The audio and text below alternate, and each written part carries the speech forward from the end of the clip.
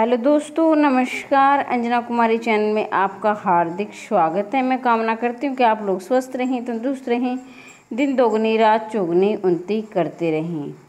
आज जो हम करेंगे जो है नेट का पेपर, जो कि 13 नवंबर 2020 को जो हुआ था।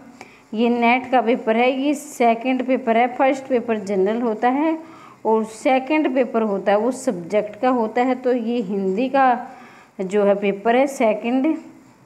अगर आप प्रीवियस ईयर पेपर करना चाहते हैं नेट को, तो चैनल को सब्सक्राइब करें। लेटेस्ट न्यूज़ प्राप्त करना चाहते हैं तो भी चैनल को सब्सक्राइब करें, बेल आइकन को दबाएं और अपने दोस्तों तक अवश्य शेयर कर दें ताकि ज़्यादा से ज़्यादा कैंडिडेट इसका फ़ायदा उठा सकें। तो ये पेपर हुआ था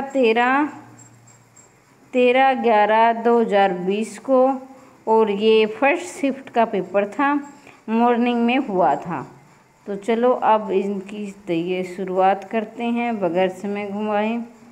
यहाँ देखिए, यहाँ पर जो है ये आंसर की के सहित दिया गया है। इसमें जो क्वेश्चन की आईडी दी गई है उसको आप 1 2 3 करके ऐसे आपके कितने में से कितने नंबर आ रहे हैं इसको आप ज़रूर चेक कर लें। तो यहाँ देखिए ये आईडी है और यहाँ पर जो है क्वेश्चन दिए गए हैं। कौन सा शब्द तद्भव नहीं है, आपको तद्भव नहीं है बताना है। तो काज, आखिरी, कान, वायु। तो इसमें जो है काज भी तत्व है, आखिर भी तत्व है और यहाँ पर जो रहेगा कान। तो यहाँ पर जो आपका आंसर हो जाएगा ऑप्शन नंबर डी और यहाँ पर ऑप्शन नंबर 4, ये 504 ही। ठीक है, अब आगे चलते हैं। इनमें कौन सा, अब देखिए ये एक ही क्वेश्चन दो बार दिए गए हैं। तो यहाँ अब देखेंगे हम निम्नलिखित में कौन सा शब्द यौगिक है, रूढ़ है, नहीं है। कौन सा शब्द यौगिक तो है लेकिन रूढ़ नहीं है। तो यहाँ पर आपको देखना है, देखिए जलद, नाक, कान और नाक कान रूढ़ नहीं है। तो आप देखिए इसका जो है ऑप्शन नंबर ए हो जाएगा। ये यौगिक है क्योंकि देखिए रूढ़ शब्द होते हैं जिनके हम टुकड़े नहीं कर सकते। अब देखिए ये दो शब्द के दिए गए हैं, हम इसका ना करेंगे तो इसे हाँ कह। तो कहने का मतलब ये है कि दोनों अलग अलग है। न ना का अर्थ निकल रहा है, न कै का निकल रहा है, न का नहीं। ये मतलब ये छोटे छोटे इनका अलग करने पर अर्थ नहीं निकल रहा है। जलद का मतलब होता है बादल। तो यहाँ जो है ये यौगिक शब्द हैं। इसके साथ ही इधर देखें निम्नलिखित में कौन सी भाषा आर्य भाषाओं के अंतर्गत नहीं आती है। आर्य भाषाओं के अंतर्गत नहीं आती अरबी, फारसी, यूनानी, लैटिन। तो आपको जो बताना है कि आर्य भाषाओं के अंतर्गत नहीं आती है। तो अरबी, फारसी, यूनानी, लैटिन। यहाँ जो आपका ऑप्शन नंबर ए सही हो जाएगा। अरबी भाषा जो है आर्य भाषाओं के अंतर्गत नहीं आती है। बाकी लैटिन, यूनानी, फारसी ये तीनों आर्य भाषाओं के अंतर्गत आती हैं।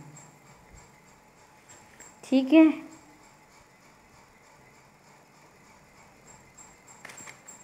अब देखिए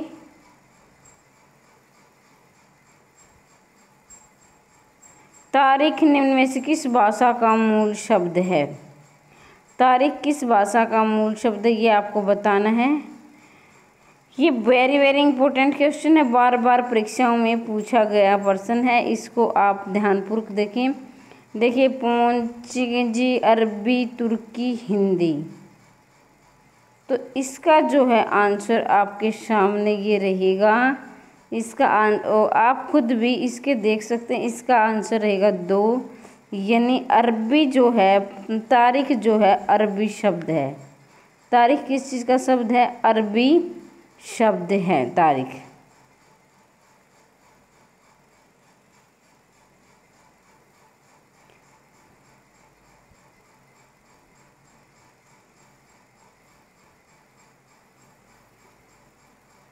अब देखिए रामचंद्र के अनुसार नाथों की कितनी संख्या है?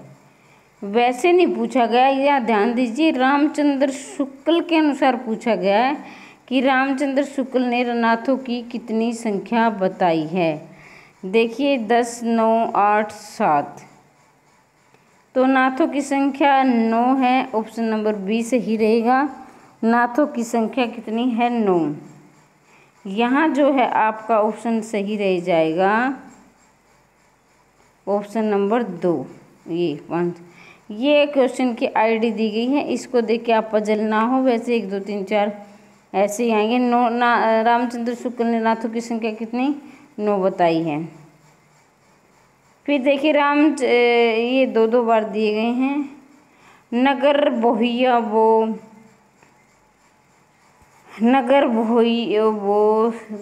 700, नगर बोयो डोबी तोहरी कुड़िया छई छोई सही सो भाई नड़िया। उपयुक्त पंक्तियाँ किसकी हैं? ये जो सामने जो पंक्तियाँ दी गई है, आपको जो है ये पंक्तियाँ बतानी है किसने इसको बोला है। सरेपा, कणेपा, लुहीपा, डोमीपा। तो यहाँ पर जो है आपका ऑप्शन नंबर बी, ये कणप्पा ने ही पंक्तियाँ बोली है। नगर बोहरी डोंबी तोहरी कुड़िया छई जो छोई साई जो वहाँ नाड़ी है। तो ये कणप्पा ने जो है ये पंक्ति बोली है। देखिए यहाँ पर जो कुड़िया दिया गया है, कैसे कुड़िया कैसे कणप्पा। तो इस तरह देखिए हमारे बहुत सारी पंक्तियाँ होती हैं, हमें याद नहीं होती हैं अच्छी प्रकार। तो हमें क्या करना है कि कोई एक अक्षर या एक शब्द ऐसी जो है ट्रिक पकड़ लेनी। हमें तो परीक्षा में अच्छे नंबर लाने हैं, परीक्षा पास करनी है, और बाकी हम ज्ञान इकट्ठा करते रहें और हमारी परीक्षा पास ना हो तो उस ज्ञान का कोई फ़ायदा नहीं है। तो इस बात का विशेष ध्यान रखें। अब यहाँ जो दिया गया है, रामचंद्र शुक्ल ने दर्शादर्शी काव्य के रचयिता है। रामचंद्र शुक्ल के अनुसार दर्शादर्शी काव्य के रचयिता है पुष्पदंत है, हेमचंद्र है, जैना। तो एक सेकंड, यहाँ पीछे का जो दिया गया है 700, हाँ यही ठीक रहेगा इसका। ठीक है, ठीक है, पाई आएगा इसका। अब देखिए रामचंद्र शुक्ल के अनुसार दर्शाद्रव्य काव्य के रचयिता है। दर्शाद्रव्य, तो हमने इसका दर्शाद्रव्य काव्य के रचयिता बताना है। पुष्पदंत है, हेमचंद्र है, जैनाचार्य मेरुतंग है और विद्याधर है। तो बताइए दर्शाद्रव्य काव्य के रचयिता कौन है? तो यहाँ जो है आपका ऑप्शन नंबर बी सही हो जाएगा। दर्शाद्रव्य काव्य के रचयिता जो है हेमचंद्र है, और यहाँ आपका ऑप्शन नंबर 2 सही हो जाएगा। जो है रामचंद्र के अनुसार दर्शाद्रव्य काव्य के रचयिता हेमचंद्र हैं। देखिए रामचंद्र जो है शुक्ल परीक्षा की दृष्टि से बेहद महत्वपूर्ण है। आप रामचंद्र शुक्ल ने कितने क्या क्या पंक्तियाँ बोली हैं, रामचंद्र शुक्ल को बिल्कुल ना छोड़िए। रामचंद्र शुक्ल बेहद महत्वपूर्ण है। 1-2% परीक्षा से इससे बनते ही हैं, हर बार जो है पूछा जाता है। अब देखिए मलिक मोहम्मद जायसी की प्रेम कविता। मलिक मोहम्मद जायसी, अब पहले तो बात ये, मलिक मोहम्मद जायसी की प्रेम कविता हिंदी साहित्य के इतिहास का काल विभाजन नामकरण करते हुए उपयुक्त नामकरण इतिहासकार ने सुझाया है। अब देखिए मलिक मोहम्मद जायसी की प्रेम कविता हिंदी साहित्य के काल विभाजन और नामकरण करते हुए उपयुक्त नामकरण किस साहित्यकार ने सुझाया है? तो ये हमें बताना है किस साहित्यकार ने सुझाया है। तो यहाँ जो है आपका आंसर हो जाएगा Abraham George Grayson, Ramchandra Shukla, Hazari Prasad Dwivedi. तो यहाँ जो है आपका ऑप्शन नंबर ए सही हो जाएगा। ये आएगा अब्राहम जॉर्ज ग्रेसन ने कहा है कि मलिक मोहम्मद जायसी की प्रेम कविता हिंदी साहित्य काल विभाजन नामकरण करते उपयुक्त नामकरण इतिहासकार ने इसने सुझाया है जॉर्ज ग्रेसन ने। ये पंक्तियाँ बहुत बार पूछी जाती है एग्जाम में, तो आप इन पंक्तियों को अवश्य कर लें। अब देखिए इनमें से कौन सी निबंध की तात्विक समीक्षा नहीं, विशेषता नहीं है। यहाँ जो है निबंध की तात्विक विशेषता नहीं है बतानी, 3 तो होगी और एक नहीं है, वो अनुभूति है, विचारात्मकता है, संवाद करता है, आत्म व्यंजनात्मकता है। तो ये कौन सी नहीं है? तो आपको जो है संवादकता, यहाँ पर जो आपका ऑप्शन नंबर जो है 3 सही हो जाएगा। ये 3 सही होगा। संवादात्मकता जो है निबंध की जो है विशेषता नहीं है।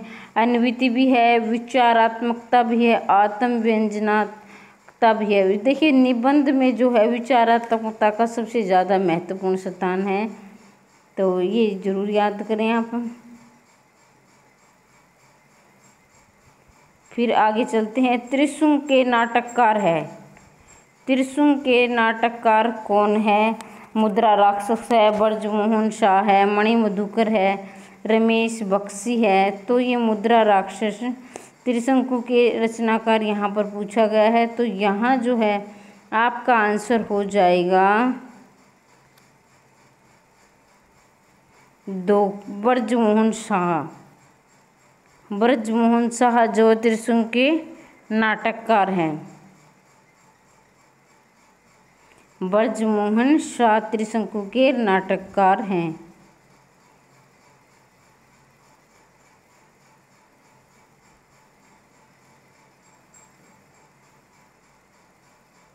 यहाँ देखिए निम्नलिखित में ललित निबंधकार नहीं है।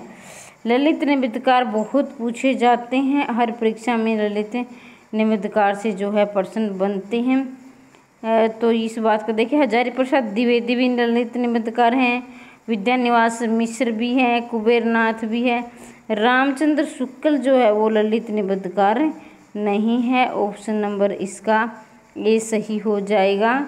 ये जो है रामचंद्र शुक्ल ललित निबंधकार नहीं है, बाकी के तीनों है जो है ललित निबंधकार हैं। यहाँ देखिए अब लाला ब्रज किशोर और मुंशी चुनीलाल निम्न में से किस उपन्यास के पात्र हैं? यहाँ बताना है कि जो है लाला ब्रज किशोर और चुनीलाल में किस उपन्यास के पात्र हैं। तो यहाँ पर जो है आपका आंसर सही हो जाएगा, परीक्षा गुरु के जो है ये पात्र हैं। लाला ब्रज किशोर और मुंशी चुनीलाल के ये परीक्षा गुरु के पात्र हैं। तो यहाँ पर जो है ऑप्शन नंबर आपका 4 सही हो जाएगा।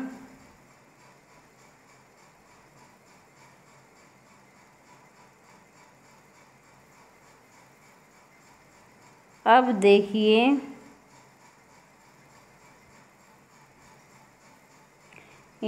इसमें थोड़ा सा ये छोटे छोटे बारीक बारीक अक्षर दिए गए हैं, इसलिए थोड़ी सी दिक्कत हो जाती है इसको ऊपर नीचे करने में। आप एडजस्ट करने की कोशिश करें।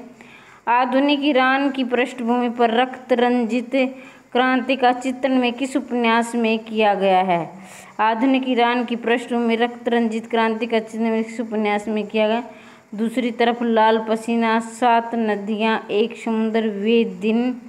तो यहाँ जो आपका ऑप्शन नंबर 3 सही हो जाएगा। ये आएगा 7 नदियाँ एक समुद्र। आधुनिक ईरान की पृष्ठभूमि पर रक्त रंजित क्रांति का चित्रण, इसमें जो है 7 नदियाँ एक समुद्र के उपन्यास में किया गया है।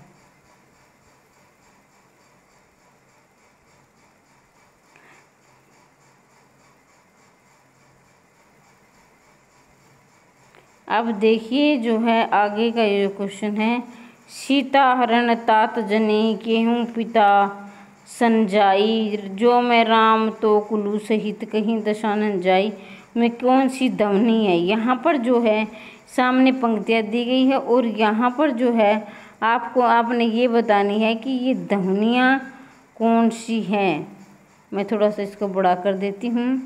अर्थांतरा संक्रमित वाच्य ध्वनि, अत्यंत तिरस्कृत वाच्य ध्वनि, वस्तु ध्वनि, अलंकार ध्वनि।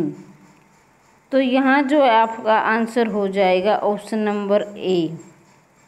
ऑप्शन नंबर इसका जो है ए आंसर हो जाएगा, अर्थांतर संक्रमित वाच्य ध्वनि। ये ध्वनियों के प्रकार हैं अर्थांतर संक्रमित वाच्य ध्वनि, अत्यंत तिरस्कृतवाच्य ध्वनि, वस्तु ध्वनि, अलंकार ध्वनि जो है तो यह अर्थांत संक्रमित ध्वनि आएगा। सीतारण तात जने केहू पितासन जाई, जो मैं राम तो कुल सहित कहीं दसानन जाई।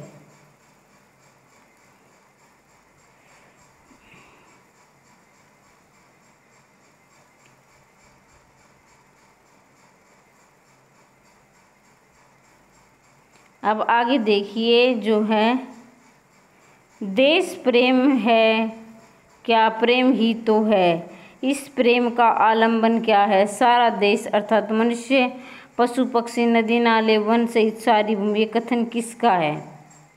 अब आपको ये कथन बताना है, ये कथन किसका है। देश प्रेम है क्या प्रेम ही तो है, इस प्रेम का आलंबन क्या है, सारा देश अर्थात पशु मनुष्य पशु नदी सारी भूमि। कथन किसका है? तो ये रामचंद्र शुक्ल का रहेगा ये कथन। ये कथन आएगा रामचंद्र शुक्ल का। ऑप्शन नंबर इसका है 2 सही हो जाएगा। रामचंद्र शुक्ल का ये कथन है। अब देखिए निम्नलिखित में से कौन सा कथन सही नहीं है, आपको सही नहीं बताना है। अरस्तु का अनुकरण सिद्धांत प्लेटो के अनुकरण से सर्वथा भिन्न है। अरस्तु ने स्पष्टीकरण कर दिया कि कवि और चित्रकार के माध्यम अलग अलग हैं। प्लेटो ने अनुकरण के सभी कलाओं की एकता का सामान्य आधार माना।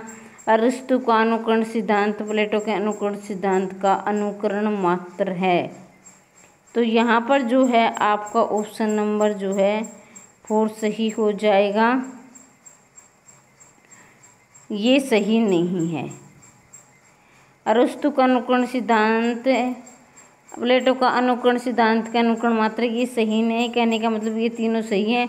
अरस्तु का अनुकरण सिद्धांत प्लेटो का अनुकरण सिद्धांत सर्वथा भिन्न है, अलग है। अरस्तु ने स्पष्ट कर दिया कवि और चित्रकार के माध्यम अलग अलग हैं। अरस्तु प्लेटो ने अनुकरण की सभी कलाओं की एकता का सामान्य आधार माना, ये भी सही है। तो ये ऑप्शन नंबर 4 ये है, ये गलत है क्योंकि यहाँ सही नहीं पूछा गया। इसका मतलब कौन सा गलत है, तो ऑप्शन नंबर 4 इसका सही आंसर हो जाएगा।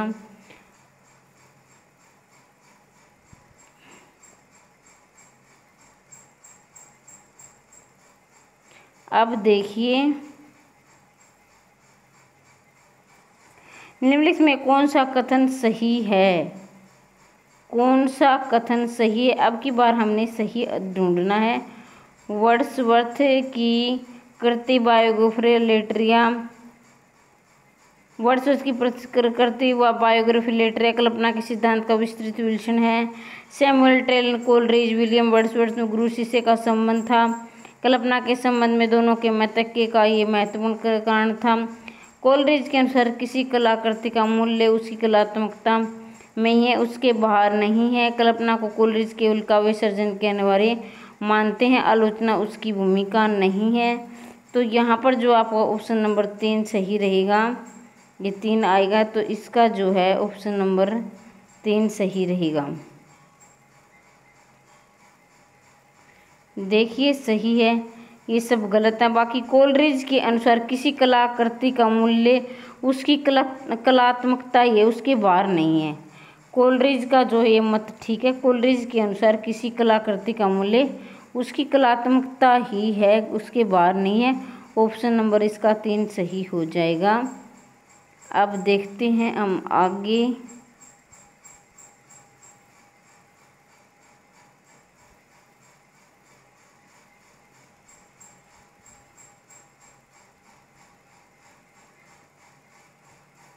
देखिए निम्नलिखित में से किस बिंदु पर महात्मा गांधी डॉक्टर भीमराव अंबेडकर के बीच मतभेद था।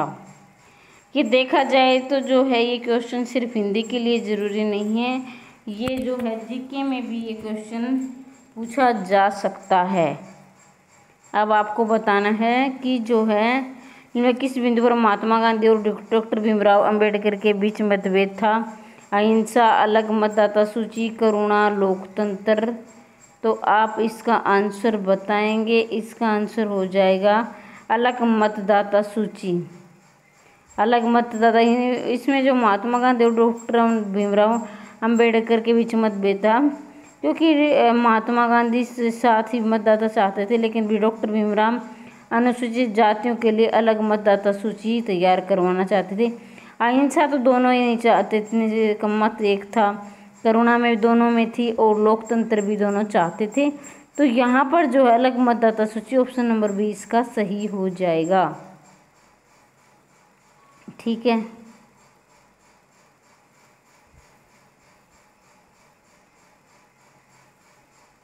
यहाँ देखिए, निम्नलिखित में से कौन सा उत्तर आधुनिकता का महत्व नहीं है। कौन सा जो है आधुनिकता का महत्व नहीं है? विकेंद्रीयता, केंद्रवाद, विखंडन, स्थानीयता। कौन सा जो है आधुनिकता का तत्व नहीं है? विकेंद्रीकरण भी है, विखंडन भी है, स्थानीयता भी है, और यहाँ पर जो है आपका आंसर केंद्रवाद नहीं है। केंद्रवाद इसका आंसर नहीं रहेगा। ठीक है, अब आगे देखिए, आचार्य महावीर प्रसाद द्विवेदी का अनिश्चितता शब्द संबंधी वाद किस लेखक से हुआ था? आचार्य महावीर प्रसाद द्विवेदी के अनुसार जो है अनिश्चितता का संबंधी वाद किस लेखक से हुआ था? तो ये है बालकृष्ण भट्ट, बालमुकुंद गुप्त और पदम सिंह शर्मा, कमलेश किशोरी दास वाजपेयी। तो यहाँ जो है आपका आंसर रहेगा option number B, Balmukund Gupt. और यहाँ आप 2 पर लगाएंगे। महावीर प्रसाद द्विवेदी का अनिश्चितता संबंधी विवाद किस लेखक से हुआ था? तो बालमुकुंद गुप्त से हुआ था। अब आगे देखिए, इनमें कौन सी अवधारणा मार्क्सवादी विचारधारा के प्रतिकूल है? देखिए, मार्क्सवाद से जितने भी क्वेश्चन बनते हैं आप मार्क्सवाद को अवश्य कर लें, क्योंकि मार्क्सवाद से जो है बार बार परीक्षाओं में प्रश्न पूछे जाते हैं, तो आप मार्क्सवाद को इग्नोर ना करें। निम्न में से कौन सी अवधारणा मार्क्सवाद विचारधारा के प्रतिकूल है? तो ये देखिए, सर्ववादी नायकवाद, इतिहास चक्र और वर्गहीन समाज और समाज की अनिवार्यता। तो आप भी जो है उस ऑप्शन को सोच कर रखें कौन सा सही होगा। तो इसका जो है ऑप्शन नंबर 2 सही हो जाएगा, 2। और ये यहाँ पर जो है इतिहास चक्र, मार्क्सवाद विचारधारा के प्रतिकूल है। इतिहास चक्र जो है मार्क्सवाद विचारधारा के प्रतिकूल है, बाकी नहीं है।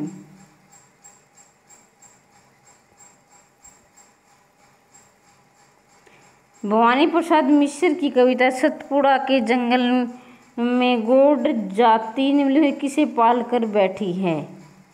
जो भवानी प्रसाद मिश्र की जो कविता है सतपुड़ा के जंगल, सतपुड़ा की पहली बात तो ये क्वेश्चन एक ये तैयार हो जाता है आपका कि भवानी प्रसाद सतपुड़ा के जंगल किसकी कविता है? तो आप कहेंगे भवानी प्रसाद मिश्र की। और जो सतपुड़ा के जंगल में जो है गौड़ जाति किसको पाल कर बैठी है? तो यहाँ पर जो है आपका आंसर रहेगा ऑप्शन नंबर ए, मुर्गे और तीतर। सतपुड़ा के जंगल में गौड़ जो है, गौड़ जो यहाँ पर गौड़ जाति दी है, लेकिन गौड़ जो है जनजाति होती है, गौड़ जनजाति होती है, जनजाति है, वो मुर्गे और तीतर पाल कर बैठी है, मुर्गे और तीतर पालती है। ठीक है,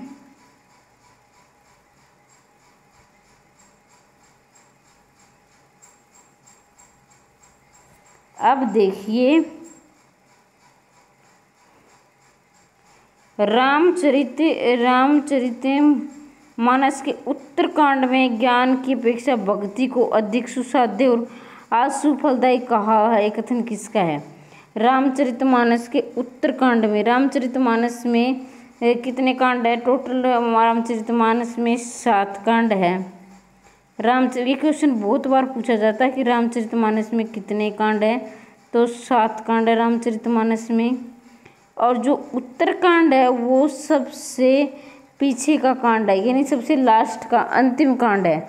उन्होंने ज्ञान की अपेक्षा भक्ति को अधिक सुसाध्य और आशु फलदायी कहा, ये कथन किसका है? तो ये कथन आपको बताना है। श्याम सुंदर दास का है, रामस्वरूप चतुर्वेदी का है, रामचंद्र शुक्ल का है या मल्लेज का है? तो ये ऑप्शन जो है ऑप्शन नंबर 3 सही हो जाएगा, रामचंद्र शुक्ल का है ये कथन। तो यहाँ पर देखिए ज्ञान की अपेक्षा भक्ति अधिक सुसाध्य और आशु फलदायी कहा है, रामचंद्र शुक्ल ने कहा है रामचरित उत्तरकांड में ये बात। तो इस बात का भी आप याद रखें।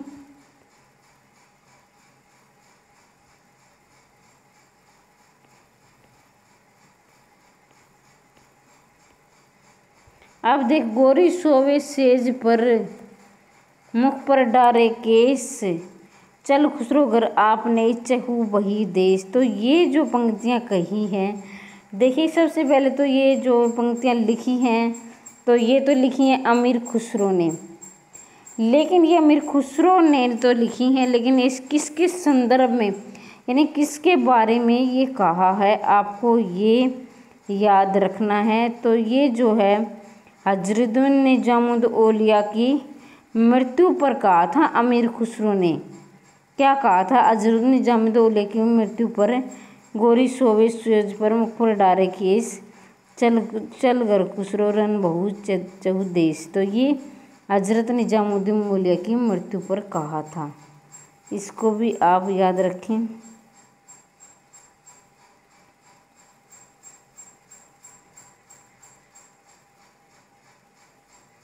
अब देखिए, ओ मेरे आदर्शवाद मन, ओ मेरे आदर्शवादमंद मेरे सिद्धांतवादी मन, तब अब तक क्या किया जीवन क्या जिया। उपयुक्त में कौन सा कथन सही नहीं है?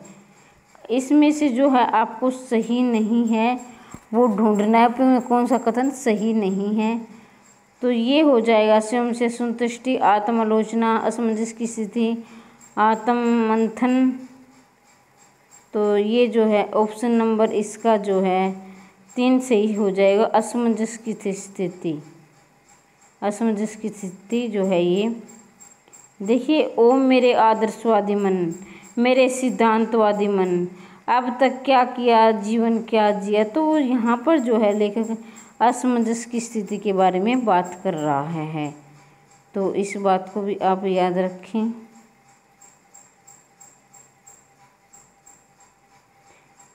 यदि श्रद्धा और मनु अर्थात मनन, जैसे देखिए श्रद्धा और मनु, एक बात मैं आपको बता दूं, ये कामयानी जो जयशंकर प्रसाद के जो है महाकाव्य है उसके जो है पात्र हैं श्रद्धा और मनु। तो यहाँ पर देखिए यदि श्रद्धा और मनु अर्थात मनन के सहयोग से मानवता का विकास रूपये का तो बड़ा ही भाव में और श्लाघ्य है। कामयानी के संदर्भ में उपयुक्त कथन किसका है? अब ये कामयानी के संदर्भ में किसने ये बात बोली है ये आपको बताना है। सॉरी, तो ये है जयशंकर प्रसाद, क्योंकि ये जयशंकर प्रसाद है, ये इसने ही कामयानी लिखी है और मनु और श्रद्धा उसके पात्र हैं। तो उन्होंने बोला है कि जो सहयोग से मानवता का विकास रूपये का तो बड़ा ही भाव में और श्लाघ्य है। कामयानी के संदर्भ में उपयुक्त कथन किसका है? तो जयशंकर प्रसाद का, इसको आप याद रखें।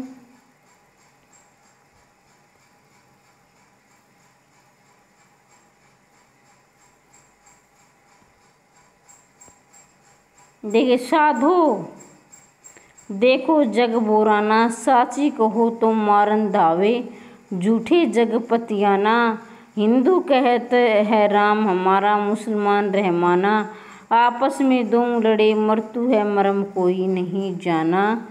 तो ये उपयुक्त पंक्तियाँ कौन सा कबीर का संदेश नहीं है, ये आपको ढूंढना है कौन सा कबीर का संदेश नहीं है। देखिए, सांप्रदायिक सौहार्द वो चाहते हैं कि सभी कोई धर्म भेदभाव भूल कर रहें, धार्मिक सद्भाव ये भी ठीक है, एक स्वार्थ की प्रतिष्ठा ये भी ठीक है। जो यहाँ पर जो आपका आंसर होएगा ऑप्शन नंबर धार्मिक असहिष्णुता जो है ये उनका संदेश नहीं है। आप सभी जानते हैं जो है कबीर जो है निर्गुण ईश्वर को मानने वाले थे। उन्होंने कहा कि ईश्वर का कोई आकार नहीं है, वो निराकार हैं। और ये वो किसी मूर्ति पूजा और ये सब चीज़ों का खंडन करते थे कि मूर्ति पूजा में तो एक पत्थर है, इसमें कोई भगवान नहीं है। और उन्होंने मुसलमान और हिंदुओं का कि इन चीज़ों का बहुत विरोध भी किया है। और उनकी भाषा जो है सो दुकड़ी रही है, इस बात को भी आप याद रखें, बहुत बार परीक्षा में पूछी जाती है। यहाँ देखिए, करम बीबी और सरफराज निम्नलिखित किस उपन्यास के पात्र हैं। करम बीबी और सरफराज, देखिए उपन्यासों के पात्र भी बहुत बार पूछे जाते हैं, तो आप इसको भी याद रखें। देखिए, जिंदगी नामा, सूरजमुखी, अंधेरे के डार से बिछड़ी, यारों के यार, तो है ये जिंदगी नामा जो है ये इसके करम बीबी और सरफराज के है जो है पात्र हैं जिंदगी नामा के, इस बात को आप याद रखें।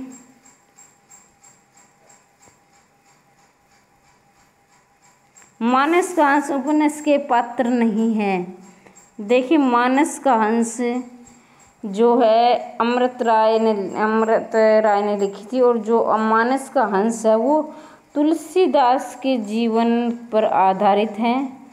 और एक खंजन नैन है, वो भी अमृत राय ने लिखी थी, और वो है जो खंजन नैन वो है इसकी सूरदास के जीवन पर आधारित है। यहाँ पर जो मानस का हंस तुलसीदास के जीवन पर आधारित है। तो यहाँ देखने मानस का हंस उपन्यास के पात्र नहीं है, तो कौन से पात्र नहीं है ये आपने ढूंढना है। बेनी माधव, पंडित गंगाराम ये भी है, गंगेश्वर ये भी है, नंदराम शिवचरण वैद्य ये भी है। और ये जो है ऑप्शन नंबर 3 है वीरपाल और वीर सिंह जो है, ये वीरपाल सिंह जाह्नवी ये जो है इस उपन्यास के पात्र नहीं है। ऑप्शन नंबर 3 सही हो जाएगा। ये देखिए, मानस के हंस के पात्र पूछे गए हैं, तो बेनी माधव, पंडित गंगाराम है, गंगेश्वर मंगलू भी है, नंददास भी है और शिवचरण वैद्य भी है, और ये दोनों पात्र नहीं है मानस के हंस में। तो आप देख सकते हैं कि कितने पात्रों के बारे में भी क्वेश्चन पूछे जा रहे हैं, तो पात्रों को भी आप अवश्य याद करें, क्योंकि हर परीक्षा में 1-2 क्वेश्चन बन जाते हैं पात्र से। निम्नलिखित में से किस उपन्यास में उत्तर प्रदेश के पूर्वांचल के कस्बा नुमा गाँव सिपालगंज की कहानी वर्णित है। निम्नलिखित में किस उपन्यास के पात्र में उत्तर प्रदेश के पूर्वांचल के कस्बों नाम सिपालगंज की कहानी है। राग दरबारी है, आधा गांव है, जल टूटता हुआ, आगे गली आगे मुड़ती है। तो यहाँ पर जो है आपका ऑप्शन कौन सा सही रहेगा, आपको सही ढूंढना है कि निम्नलिखित में से किस उपन्यास में उत्तर प्रदेश की पूर्व कस्बों गाँव सिपालगंज की कहानी वर्णित है। तो ये जो है आपकी जो है ये राग दरबारी आपका सही आंसर हो जाएगा। राग दरबारी में उत्तर प्रदेश के पूर्वांचल के कस्बा गाँव सिपालगंज की कहानी है, और जो है राग दरबारी है जो श्रीलाल शुक्ल द्वारा रचित है।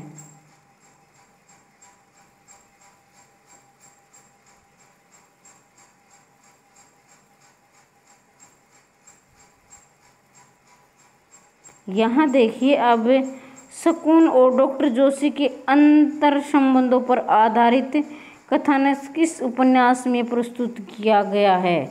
शकुन और डॉक्टर जोशी के अंतर संबंधों में आधारित कथानक किस उपन्यास में प्रस्तुत किया गया है। तो ये आपको देखना है, शकुन और डॉक्टर जोशी के अंतर संबंधों में आधारित है। ये आपका बंटी इसका आंसर रहेगा, आपका बंटी। ऑप्शन नंबर ए सही हो जाएगा इसका।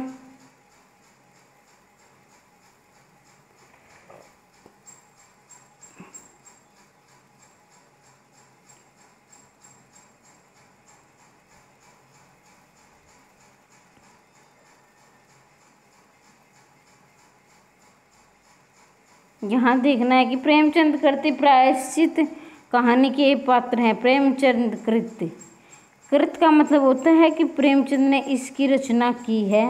तो प्रेमचंद ने तो सब एक क्वेश्चन तो ये बन जाता है कि प्रायश्चित कहानी किसने लिखी, तो आप कहेंगे प्रेमचंद ने लिखी है।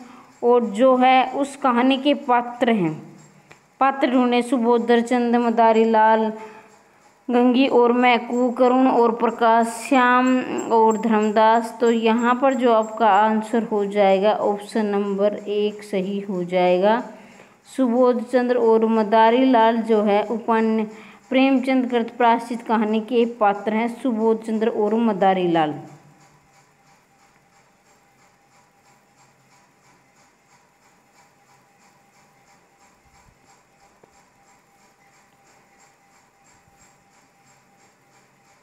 यहाँ देखिए, स्कंदगुप्त नाटक में स्कंदगुप्त के उदासीन होने के निम्नलिखित कारण में कौन सा कारण सही नहीं है। अब आपको ढूंढना है कि जो स्कंदगुप्त है उसका जो है उदासी का कारण कौन सा नहीं है। गुप्त कुल का व्यवस्थित उत्तराधिकार नियम, भोगविलास की प्रति वितृष्णा, विवाहता माता का षड्यंत्र, छात्री धर्म का अभाव। तो यहाँ पर जो है आपका ऑप्शन है, ऑप्शन नंबर है 4 सही हो जाएगा। ये जो ठीक रहेगा। स्कंदगुप्त गुप्त काल अव्यवस्थित उत्तराधिकार नियम, ये भी उनकी जो है टेंशन यानी उदासीता का कारण है। भोगविलास के प्रति वितृष्णा भी उनका है, भी माता का षड्यंत्र भी है। और लोग ये छात्र धर्म का अभाव, ये उसमें स्कंदगुप्त नाटक में उसकी स्कंदगुप्त की उदासीनता का कारण नहीं है। तो बाकी जो ऑप्शन है वो भी, बाकी प्रश्न और बच गए हैं। अगर आप चाहते हैं कि मैं नेट की इस सीरीज की से जो है शुरुआत रखूं, अगर आप करना चाहते हैं प्रीवियस ईयर नेट के जो है पेपर, तो कमेंट बॉक्स में अवश्य लिखें। और आपको जो है ये टेस्ट सीरीज कैसी लगी ये भी आप ज़रूर बताएं कमेंट बॉक्स में। अगर इसी प्रकार अगर मैं निरंतर टेस्ट सीरीज चालू रखूं तो चैनल को सब्सक्राइब करें, बेल आइकन को दबाएं ताकि मेरे द्वारा डाली गई हर वीडियो का नोटिफिकेशन आप तक पहुंच सके। और अपने दोस्तों तक अवश्य शेयर कर दें ताकि ज़्यादा से ज़्यादा कैंडिडेट इसका फ़ायदा उठा सकें। क्योंकि अगर आप प्रीवियस ईयर पेपर करते हैं तो आपको काफ़ी फ़ायदा मिलने वाला है। आपको ये जो पहली बार दे रहे हैं नेट का पेपर, उनको एक तो ये अंदाज़ा हो जाएगा कि नेट में किस प्रकार से प्रश्न बनते हैं। ये मैंने नेट से डाउनलोड किए हैं आपके लिए। अगर तो अपने दोस्तों तक अवश्य शेयर करें और ये प्रश्न आपको किस प्रकार के लगे ये भी ज़रूर बताएं। वीडियो देखने के लिए धन्यवाद।